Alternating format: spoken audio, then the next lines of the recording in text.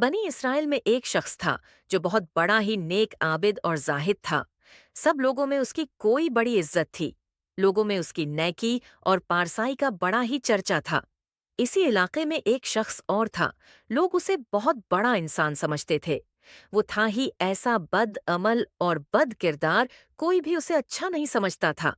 एक रोज इस गुनाहगार शख्स ने देखा कि वो नेक आदमी एक मैदान में बैठा हुआ है। हर तरफ तेज धूप फैली हुई है, मगर अल्लाह के उस नेक बंदे पर एक बादल के टुकड़े ने साया कर रखा है। गुनाहगार ने ये मंजर देखा तो अपने दिल से बड़ा शर्मसार हुआ और ये ख्याल पैदा हुआ कि उस चलचलाती धूप में जहां दूर दूर तक साया नहीं है।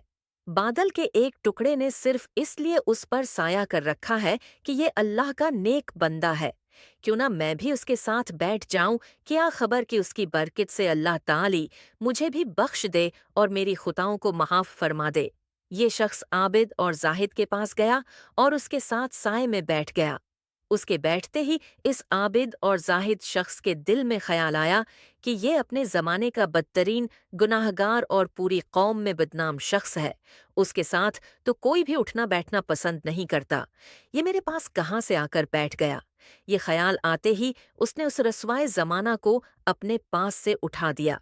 वो गुनाहगार शख्स उठा और चला गया, लेकिन बादल का वो टुकड़ा भी उसके साथ रवाना हो गया और उसके सर पर साया फगन हो गया। इस वक्त के पैगंबर को वही आई कि इन दोनों से कहो कि नए सरे से अपने अपने अमाल की इब्तिदा करें, क्योंकि इस फासिक और फाजिर ने जो कुछ किया, हमने उसके खुलूस हुसन नियत और जज्बा शर्मसारी के सबब उसे बख्श दिया और उसकी पिछली सारी खताएं मुआफ कर दें। जबकि इस आबिद की तमाम नेकियां और अच्छे अमाल उसके तकब्बुर की वजह से इससे छीन लिए गए।